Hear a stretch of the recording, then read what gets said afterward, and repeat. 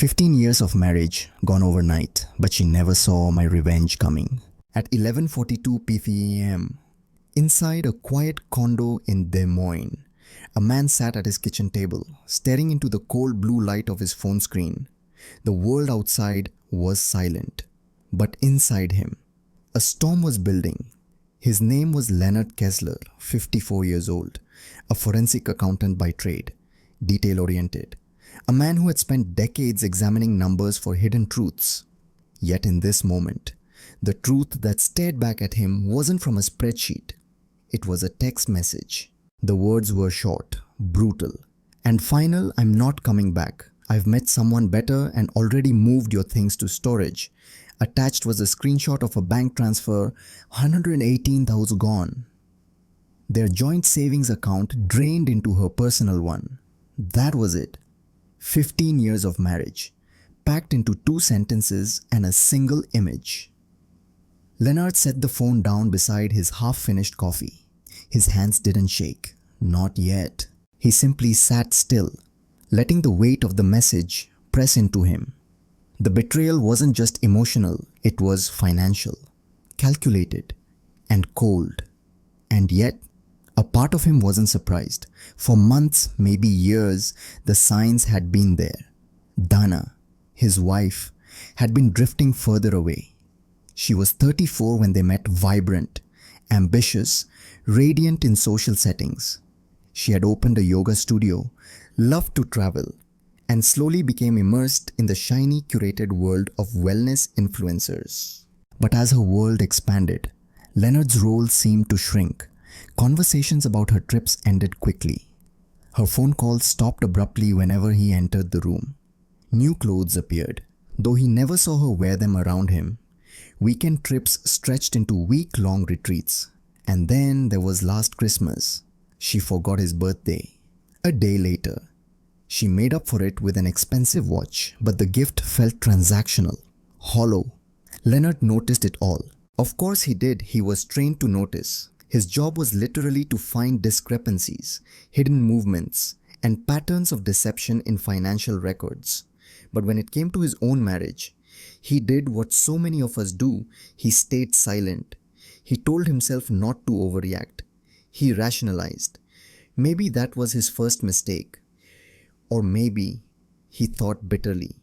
His mistake went all the way back to the very beginning, marrying someone who never respected what he did for a living. Dana used to joke, "I don't need to understand spreadsheets, as long as you make enough for us to live well." For a while, he had gone along with it. He helped her open her yoga studio, funded it entirely from his savings. He signed the checks for the bigger house, the luxury cars, the vacations. He indulged her appetite for more. Because wasn't that what love was? Compromise. But his father's words from years ago came back to him now, sharp as glass. They were fixing a deck together when his father paused mid-hammer and said, "Son, I notice your wife spends a lot of your money. Just make sure she values what you do to earn it." Leonard had brushed it off back then. Now, staring at the text on his phone, he realized the warning had been prophecy. Still, Leonard wasn't defenseless. 6 years into their marriage, long before this night, he had quietly started restructuring his finances, not illegally, but strategically. He created LLCs, set up trusts, invested in crypto, and opened international accounts assets Dana didn't know existed. It wasn't that he distrusted her, or maybe deep down he always had. But the reality of marriage and money taught him this: love without preparation is vulnerability. So when Dinah made her move, Leonard already had a plan, a contingency. He picked up his phone, scrolled to his brother Jason's number, and dialed. When Jason answered groggily, Leonard's voice was calm, steady. "Remember that contingency plan we talked about 5 years ago?" Jason paused. "Yeah." "It's time," Leonard said. "She just made her move." He hung up, his eyes drifting to the only photo still hanging on the wall of the condo, a wedding photo of him and Dana. He realized, with a cold clarity, that it was the last picture in their home that showed them together. Maybe he should have noticed that too. But now, it didn't matter. The game had begun. The next morning, Leonard awoke before dawn. Sleep had come in fragments, 20 minutes here, 10 minutes there, but routine was a lifeline. He made coffee as usual, the bitter scent filling the kitchen. Habits were anchors, and he needed anchors now. He sat at his desk, opened his laptop, and entered a password known only to him. Not the joint account Dana knew about, not the family budgeting tool they had occasionally logged into together. This was his primary financial management system, a custom-built platform, half professional tool, half personal fortress. With a few keystrokes, he executed Contingency Protocol Alpha. It wasn't dramatic, no alarms, no flashing screens, just a series of deliberate steps he and Jason had designed years earlier for the day he prayed would never come. Freeze all joint accounts, credit cards, savings. Checking anything with Dana's name attached was locked. Trigger a fraud alert. That 118,000 transfer flagged, reported, escalated to the right banking contacts. Leonard's reputation in financial circles meant calls were returned quickly. Attorney outreach. He attached documentation of the unauthorized transfer and instructions to initiate divorce proceedings. By 7 Huzur a.m., the machinery was already moving.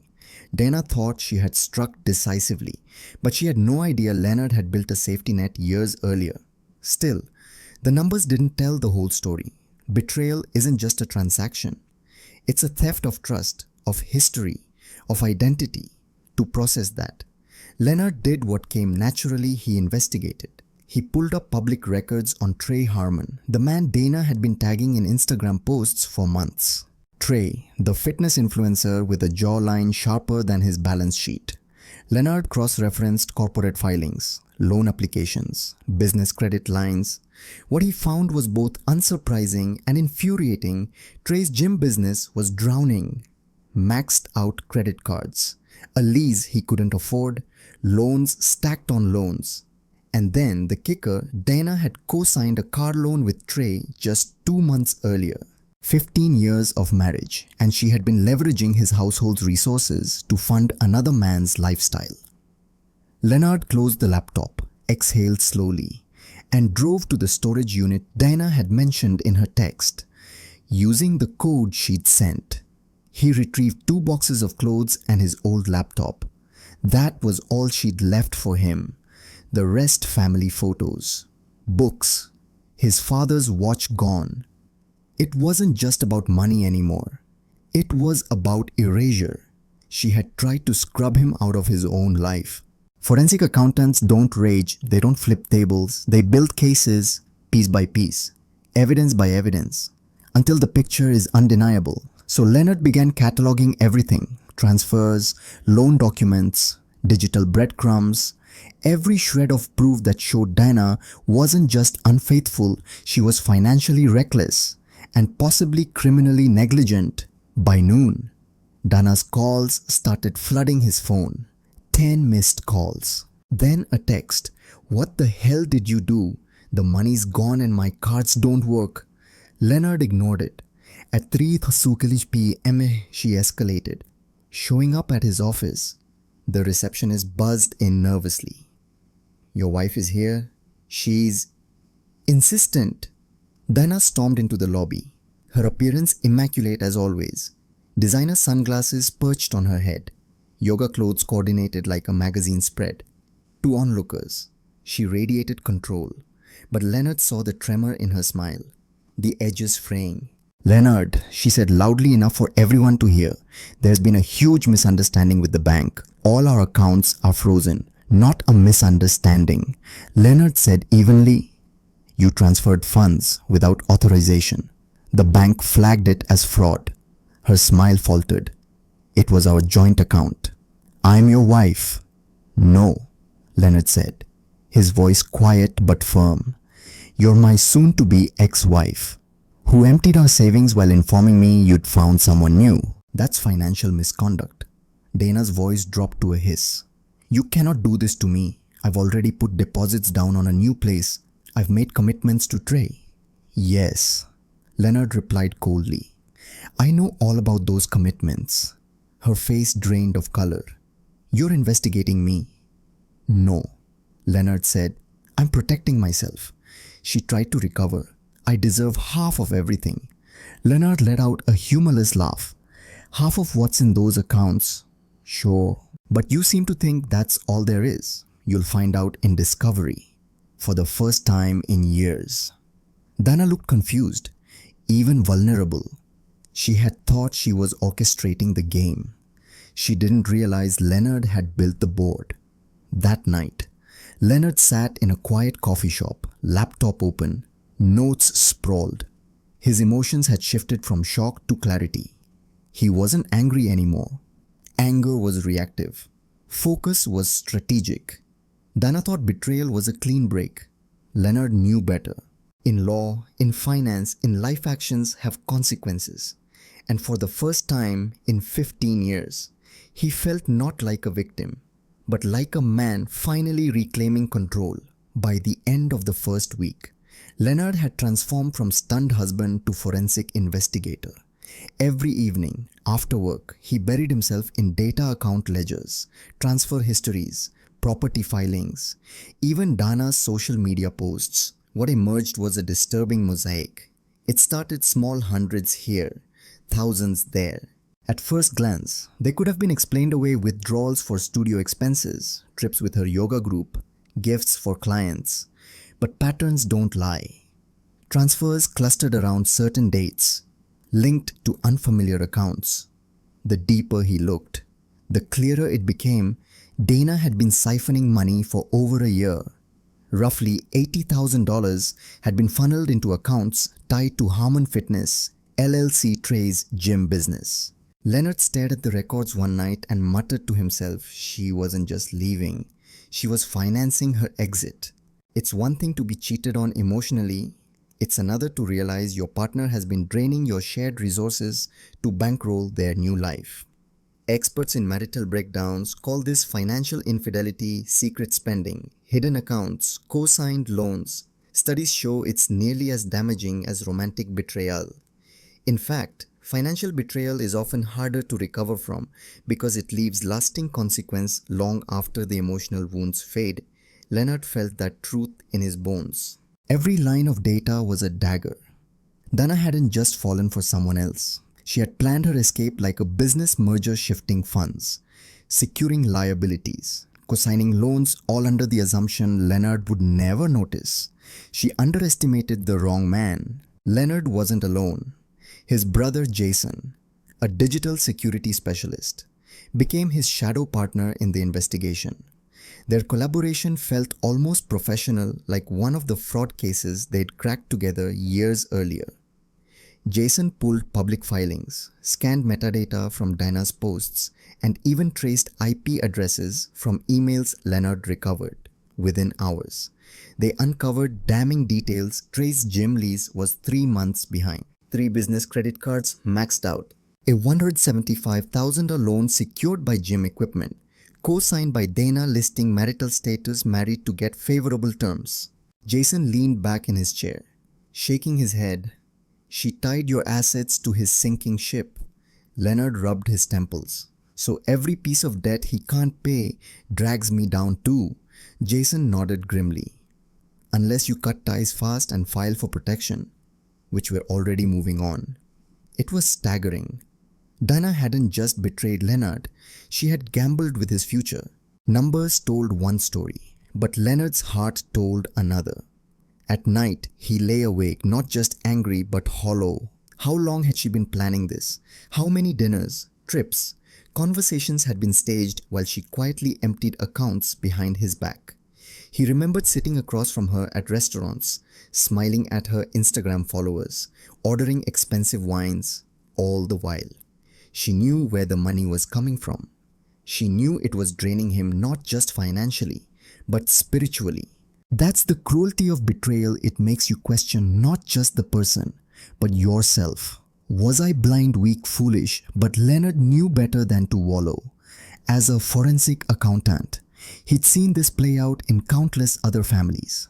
He thought of a client years earlier, a teacher whose husband had mortgaged their home 3 times without her knowledge to cover gambling debts. By the time she found out, it was too late. She lost everything. Leonard had sworn he would never let that happen to him. And now his foresight was the only thing standing between him and financial ruin. Dana's texts became increasingly frantic. At first they were indignant, "You can't freeze our accounts. You're being vindictive. You don't understand, Trey and I have plans." Then they shifted to pleading Leonard. "Let's talk. I didn't mean for it to happen this way. We can fix this if you just listen." Leonard ignored them all. Every word felt like manipulation, designed not to reconcile, but to regain control. And yet, late at night, staring at her messages, he felt the pull. 15 years isn't easily erased. There were good memories, once laughter, vacations, intimacy. Part of him wanted to believe she was lost, confused, that maybe she could come back. But then he remembered the bank records, the forged signatures, the co-signed loans, the missing family photos. And he reminded himself this wasn't a mistake, it was a plan. Leonard decided he needed to look Trey in the eye. Not out of jealousy, he wasn't interested in Dana's new lover, but because business was business, and Trey was now entangled with Leonard's financial fate. Harmon Fitness looked every bit the influencer gym. Sleek decor, motivational quotes plastered on walls, 20-somethings in designer workout gear posing for selfies more than lifting weights. When Trey saw Leonard enter, he plastered on a PR smile. He extended his hand like they were meeting at a networking event. "You must be Leonard. Dana's mentioned you." "I'm sure she has," Leonard said. Ignoring the hand, "We need to talk privately." In Trey's glass-walled office, Leonard laid down a folder. Inside, loan documents, credit card applications, contracts, all with Dana's name tied to Leonard's assets. Trey flipped through the papers, the color draining from his face. "And these are legitimate business agreements?" "Maybe," Leonard said. "But they were approved because of our combined assets. Assets she no longer has access to. Those loans will be called in very soon." For once, the influencer mask slipped. Trey looked like a drowning man suddenly aware the lifeboat was gone. "What do you want?" he asked. "Nothing," Leonard replied. "I just thought you should know what's coming." He stood, turned toward the door, then paused. "One more thing. Dana took personal items of mine when she moved out family photos. My father's watch. Things money can't replace. I want them back." 2 days later, a courier delivered a box to Leonard's hotel. Inside were the missing items. No note, no apology, just silent acknowledgement. That night, Leonard sat with his father's watch in his hand. He thought about the years he had spent ignoring small signs, about the birthdays she forgot, about the dismissive comments about his boring career, about how he had silently carried resentment, hoping things would change. He realized something profound: the betrayal didn't start with the bank transfer. That was just the finale. The real betrayal began years earlier, in the erosion of respect, the casual neglect, the selfishness disguised as ambition, and perhaps his silence had been complicity. He had let it slide, let it grow, let it take root, until it consumed everything. But not anymore. He wasn't just protecting his money now, he was reclaiming his life. By the second week, Dana's tone had shifted entirely. Gone were the texts dripping with confidence or indignation. Now her words felt frantic, scattered, almost desperate. "Leonard, you can't do this. They're calling in the loans. Trey's gym is at risk. You'll ruin him, and me with him. We need to work this out before lawyers get involved." But it was already too late. Lawyers were involved, and they weren't on her side. Leonard met with his attorney, a sharp woman named Marissa Grant, who specialized in high-stakes divorce and financial misconduct. Her office was a fortress of leather chairs and shelves lined with law books. But what impressed Leonard most was her composure. "Dana overplayed her hand," Marissa said. Flipping through the documents Leonard had provided, "This isn't just infidelity. This is financial fraud." She outlined the strategy with the precision of a general preparing for battle. "File for emergency asset protection. This would freeze all shared assets until the divorce was finalized. Highlight loan fraud. Dana's forged signatures and unauthorized use of marital assets made her legally liable. Document financial infidelity. The siphoning of joint funds into Trey's business accounts would strengthen Leonard's case for full protection. By the end of the day, a judge had signed the emergency order. Every shared dollar, every property deed, every joint account frozen. Dana could no longer access Leonard's world. For years, she had treated him like a safety net. Now, that net was gone. Of course, Dana wasn't about to surrender quietly. Within 48 hours, Leonard received an email from her newly hired attorney. The tone was predictably aggressive, demanding immediate access to all financial records, threatening to expose irregularities in Leonard's accounting practice, suggesting Leonard was using his professional skills to manipulate personal accounts. It was laughable, amateurish. Leonard forwarded the email to Marissa with a single line, "Proceed as planned. When bullies realize their power has limits, they often resort to bluffing." Dana's attorney didn't have a case, he had noise. But if Dana couldn't beat Leonard in court, she tried another angle: social opinion. Within days, Leonard's phone was buzzing with messages from mutual friends. "Leonard, why are you being so vindictive?" "Oh, Dana said you froze her accounts. That's controlling. She's devastated. Why won't you talk to her?" Not one person asked where Dana had been the past week. Not one asked about the money she stole. Not one asked why she left him via text. It stung. It always stings when the crowd sees only the performance, not the backstage reality. But Leonard didn't waste time defending himself. He knew the truth, and in time, the evidence would speak louder than Dana's curated narrative. 3 weeks later, they sat across from each other in a polished conference room for court-ordered mediation. Dana looked impeccable, makeup flawless, outfit designer, her aura carefully constructed, but beneath the surface, Leonard could see the cracks, dark circles under her eyes, a twitch in her hand. Her attorney began with a rehearsed statement. "My client is willing to be reasonable about division of assets, despite the aggressive tactics used thus far." Marissa, unflappable as ever, smiled politely. "That's good to hear, because there's been a development."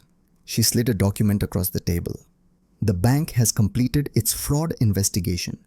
They determined Mr. Bowman forged Leonard's signature on multiple loan documents. They've referred the matter to the district attorney." Dana's attorney paled. "We'll need time to review this." "Of course," Marissa said smoothly. "But you should also know Leonard is prepared to provide a statement to the bank that could mitigate the criminal implications if Ms. Bowman signs our settlement agreement today." Dana's eyes widened. "Criminal charges, Leonard. You can't be serious." Leonard met her gaze steadily. "I didn't file the charges." "Dana, the bank did. Actions have consequences." Her attorney leaned in, whispering frantically. Dana shook her head, tears brimming, but eventually her shoulders slumped. She realized the performance was over. The terms were laid out clearly. Dana kept her yoga studio. It had always been profitable and independent of Leonard's assets. She kept her personal car and belongings. She received no alimony. She assumed responsibility for the debts she incurred: loans, leases, credit cards tied to Trey's business. "And Trey," she whispered, almost inaudible. "Mr. Harmon's financial issues are his own," Marissa said coldly. "Without Leonard's assets backing those loans, the bank has already begun repossession proceedings." Dana signed the papers with a trembling hand. When it was over, Leonard stood to leave. Dana caught his arm, her voice raw. "I never thought you'd fight back like this," she said. "You always just went along with everything." "That was my choice," Leonard replied. "Just like this was yours." He walked away without looking back. That night, Dana's world began to unravel. The yoga studio remained, but her luxury lifestyle evaporated. Trey's gym was seized by the bank within a month, sold to a national chain. Trey himself fled to Miami, chasing another hollow opportunity on Instagram. Dana rebranded herself as a woman of new beginnings, posting mountain views from Colorado with captions about resilience and growth. But those who knew the truth saw through it. For Leonard, the aftermath wasn't triumph, it was release.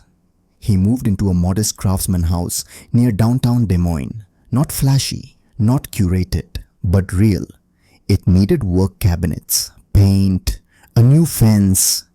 He welcomed the labor. Work with his hands grounded him in a way spreadsheets never could. His brother Jason came by on weekends to help. One Saturday, as they measured for new kitchen hinges, Jason said, "You could have taken her for everything. The fraud charges alone would have buried her." Leonard shrugged. What would be the point? She's no longer my problem. That evening, Leonard sat on his back porch with a glass of bourbon.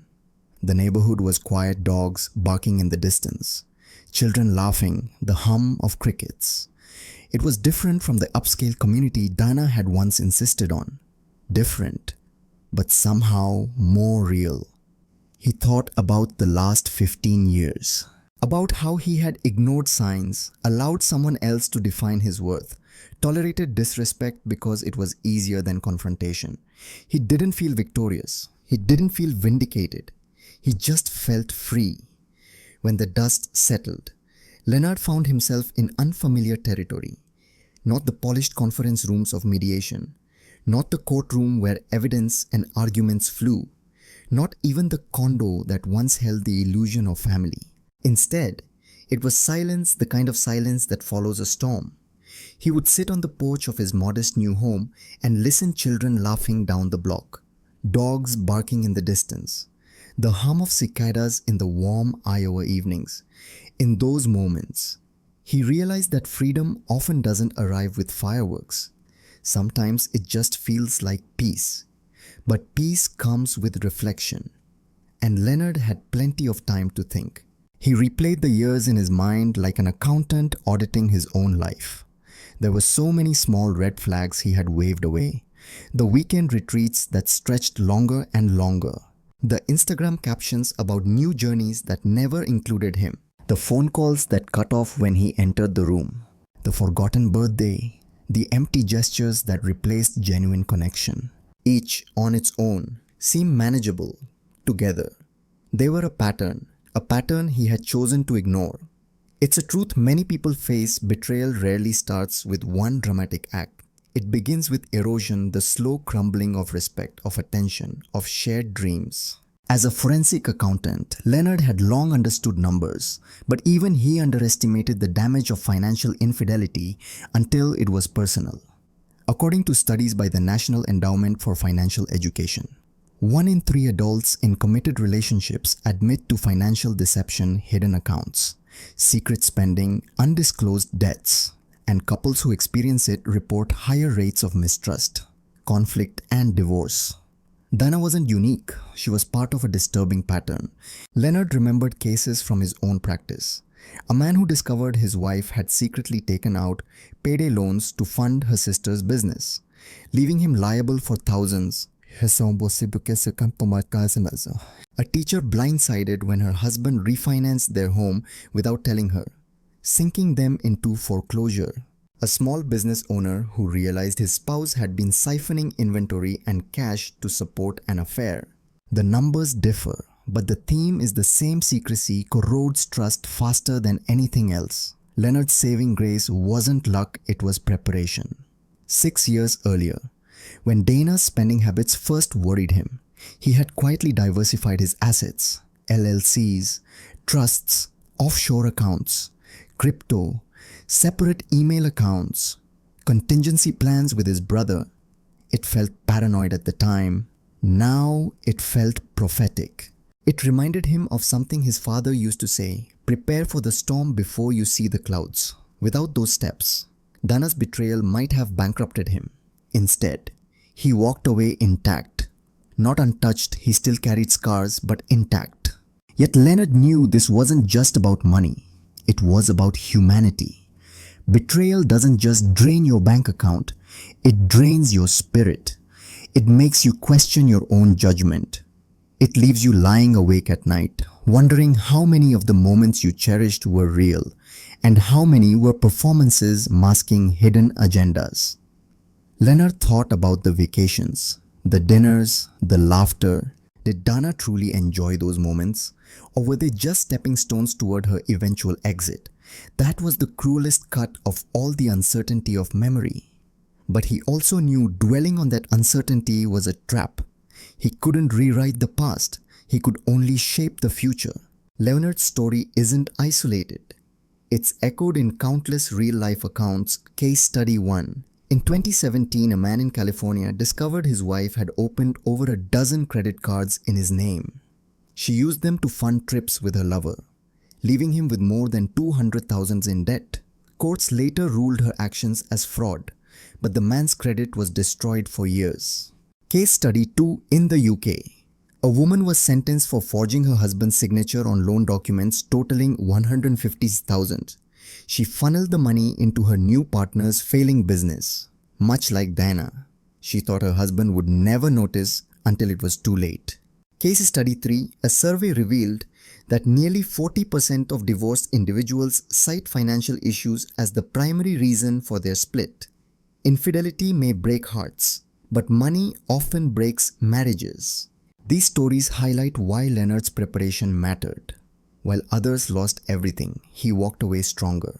In quiet moments, Leonard began to condense his experience into lessons, guidelines, not just for himself, but for anyone listening. Trust, but verify. Love doesn't mean ignoring reality.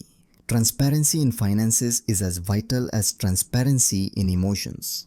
Notice patterns, not excuses. One forgotten birthday might be an accident. A string of them is a message. Pay attention. Protect yourself legally and financially. Marriage is both love and contract. Prepare for both sides. Don't let silence become complicity. Leonard's greatest regret wasn't what Diana did. It was that he saw signs and chose not to act. Freedom is worth more than possessions. In the end, what Leonard valued most weren't the luxury cars or big house. It was peace of mind, authenticity, and the ability to sleep at night. One evening, Jason stopped by to help Leonard install cabinets in his new kitchen. As they worked in comfortable silence, Jason broke the quiet. You could have destroyed her completely. Pressed charges, made sure she never recovered. Leonard tightened a hinge, thought for a long moment, and finally said, "Maybe. But what would that accomplish? She's no longer my problem." Jason smiled faintly. That's freedom right there. Leonard began to plan a fishing trip. Just a simple drive up to Minnesota, to the family cabin his father once loved. No itinerary, no expectations, just water, quiet, and time. It struck him that for the first time in years, he wasn't calculating. He wasn't weighing Dana's moods, covering expenses, pretending not to notice her absences. He was just Leonard, a man with flaws, yes.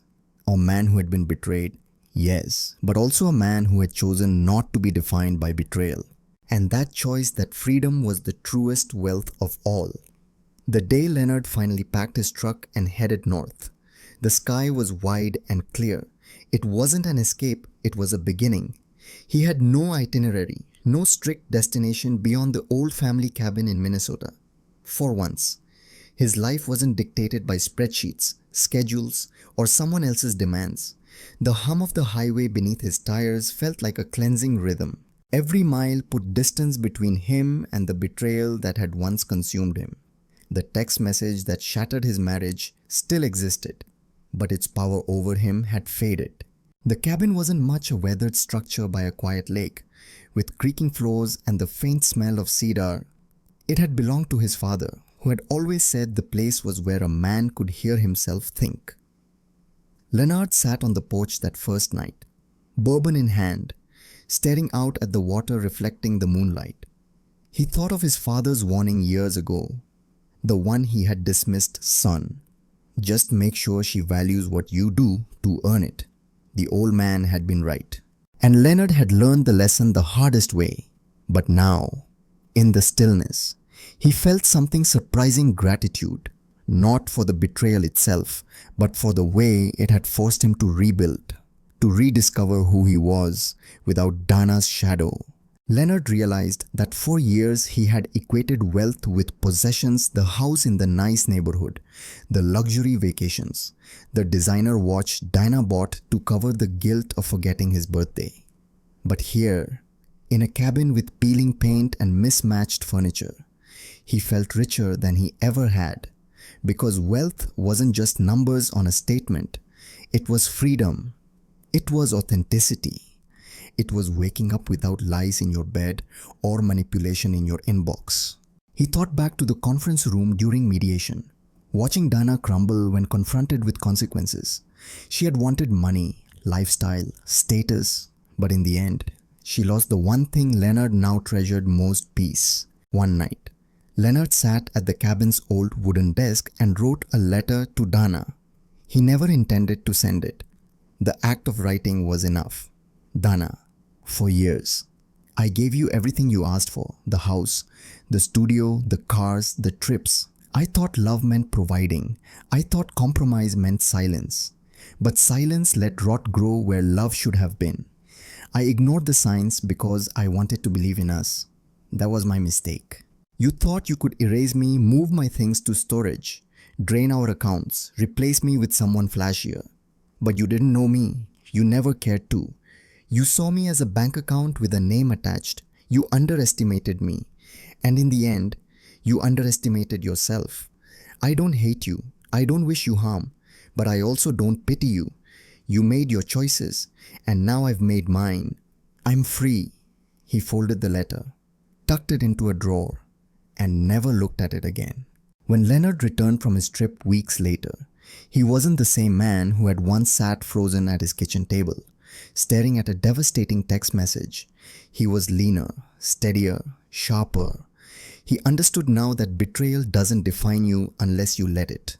That financial security is only part of the equation. Emotional clarity matters just as much. That silence in the face of red flags isn't patience, it's surrender. His story carried lessons for anyone willing to listen. Prepare quietly, live wisely. Protect what you've built, not out of paranoia, but out of respect for yourself. Notice what is unsaid. When someone stops sharing, stops showing up, stops celebrating you, it's not busyness, it's distance. Peace is priceless. No house, car, or Instagram perfect life compares to the feeling of knowing you are living authentically. Months later, Leonard walked through his small craftsman house, tools scattered from another home project. The walls were bare but waiting. The air smelled of sawdust and coffee. He didn't feel triumphant, and he didn't need to. He felt free. As he stepped outside, the evening sun casting gold across the horizon, Leonard thought of one final truth. Some betrayals break you, others build you. The difference lies in how you respond. And Leonard Kessler, forensic accountant, betrayed husband, and newly free man, had chosen to build